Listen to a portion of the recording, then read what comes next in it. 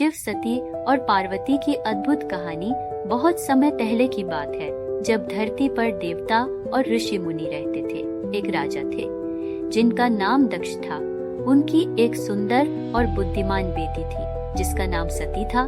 सती बहुत ही अच्छी और दयालु थी, लेकिन सबसे खास बात यह थी कि वे भगवान शिव की बहुत बड़ी भक्त थी। सती के पिता दक्ष भगवान शिव को पसंद नहीं करते थे, लेकिन सती का मन सिर्फ शिव में ही बसता था। उन्होंने भगवान शिव को पति के रूप में पाने के लिए कठिन तपस्या की। उनकी भक्ति से प्रसन्न होकर शिव प्रकट हुए और सती से विवाह किया। इसके बाद सती और शिव कैलाश पर्वत पर खुशी खुशी रहने लगे। एक दिन सती के पिता दक्ष ने एक बड़ा यज्ञ, धार्मिक आयोजन रखा और सभी देवताओं को बुलाया, लेकिन भगवान शिव को नहीं बुलाया। सती को यह बात अच्छी नहीं लगी और वे अपने पिता के घर गईं। वहां जाकर उन्होंने देखा कि उनके पिता भगवान शिव का अपमान कर रहे थे। यह देखकर सती को बहुत दुख हुआ। वे यह अपमान सहन नहीं कर पाई और अपनी शक्ति से स्वयं को अग्नि में भस्म कर लिया। जब भगवान शिव को सती के आत्मदाह का समाचार मिला तो वे अत्यंत क्रोधित हो गए। उनके क्रोध से सृष्टि कांप उठी। वीरभद्र ने समस्त यज्ञस्थल को नष्ट कर दिया और दक्ष का सिर काट दिया। सभी देवता भयभीत हो गए और भगवान शिव से क्षमा प्रार्थना करने लगे। भगवान शिव ने दक्ष को पुनर्जीवित कर दिया और बकरे का सिर लगाकर उसे जीवन दान दिया। माता सती ने पुनर्जन्म लिया और पर्वतराज हिमालय और रानी मैना के घर जन्मी।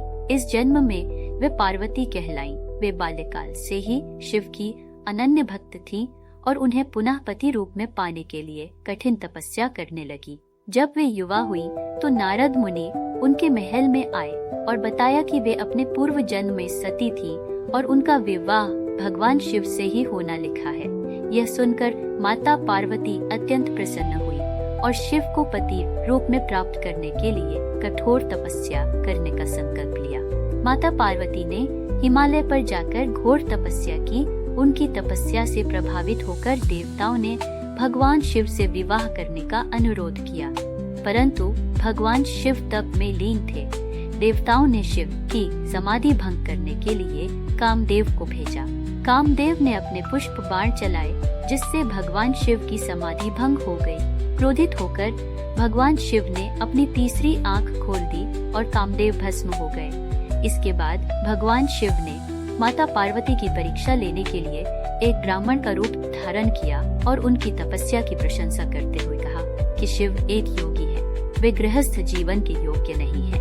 मैं शिव को अपने पति रूप में स्वीकार कर चुकी हूँ। चाहे कितनी भी कठिनाइयाँ आए, मैं अपनी भक्ति से पीछे नहीं हटूंगी। यह सुनकर भगवान शिव प्रसन्न हुए और अपने वास्तविक रूप में प्रकट होकर पार्वती को वरदान दिया कि वे उनकी अर्धांगिनी बनेंगी। भगवान शिव ने सप्तऋषियों को हिमालय भेजा ताकि वे पार्वती के माता पिता से विवाह का प्रस्ताव रखें। पर्वतराज हिमालय इस प्रस्ताव से अत्यंत प्रसन्न हुए और विवाह की तैयारियां होने लगी। भगवान शिव अपनी बारात के साथ विवाह मंडप की ओर चले। शिव की बारात में भूत, प्रेत, नाग और गण शामिल थे। यह देखकर पार्वती की माता मैना भयभीत हो गई और उन्होंने कहा कि वे अपनी पुत्री का विवाह किसी सुंदर राजकुमार से करना चाहती हैं। तब भगवान शिव ने सुंदर रूप धारण कर सभी को प्रसन्न कर दिया। अंततः विधिवत मंत्रोच्चारण और वैदिक रीति रिवाजों के साथ भगवान शिव और माता पार्वती का विवाह संपन्न हुआ।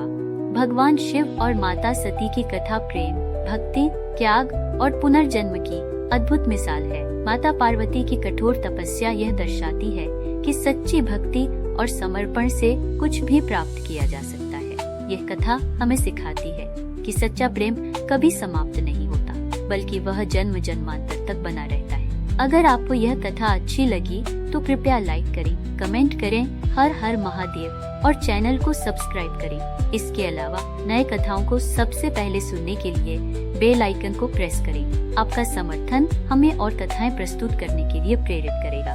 धन्यवाद।